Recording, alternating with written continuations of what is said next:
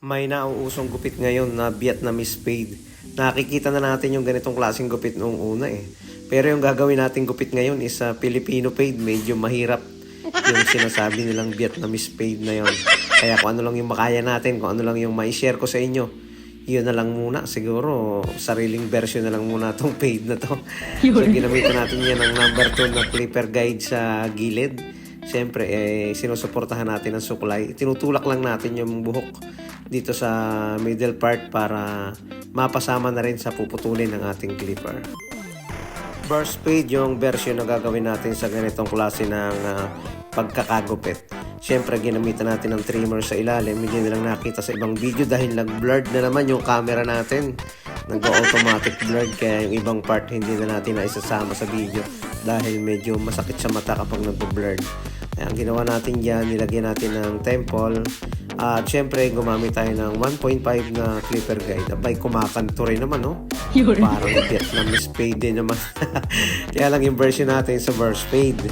Hindi ba natin makuha yung talagang perfect na pagkanto ay at least kahit papaano pwede ito sa mga gupit ng Pinoy yung mga ganitong klaseng hairstyle. Number 1 naman, ang gagamitin natin pagkatapos ng 1.5 para magiging balanse pa rin yung fading. Kung nagpakulay ka ng buhok tapos tumubo na yung ilalim, abay bagay na bagay yan sa mga fade haircut, pwede yan sa burst fade at pwede rin sa nauuso ngayon na Vietnamese fade. Kaya pagupitan mo na sa mga nauusong gupit, huwag mo munang pakulayan yung ilalim. Ayun, 0.5 para mawala at unti-unting mabura yung pinakang lines. That simple technique, kapag may lines, mas naaalalayan mo yung sukat ng gupit na yung ginagawa kapag nagpi-fade ka. Compare sa rektahan na minsan nawawalan tayo ng control at nag-iiba yung sukat and the kabilang side. So ang ginawa natin dyan is 0 na. Lalarayin natin yung adjuster para mabura natin yung pinakang lines nito. Magiging maingat tayo kasi para maging balanse yung transition or yung blending.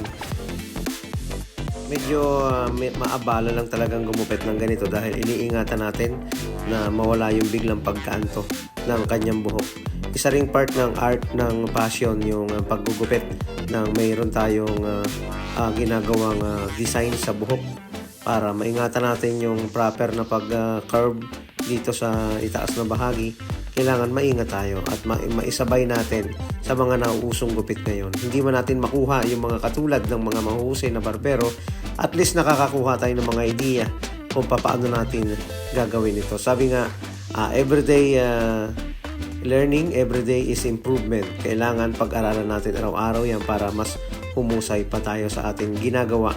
Kahit sa ano namang bagay, kailangan nating magmasteral, kailangan nating tiyagain at maniwala sa gawa ng iba para patuloy tayong matuto sa mga gupit na ating ginagawa.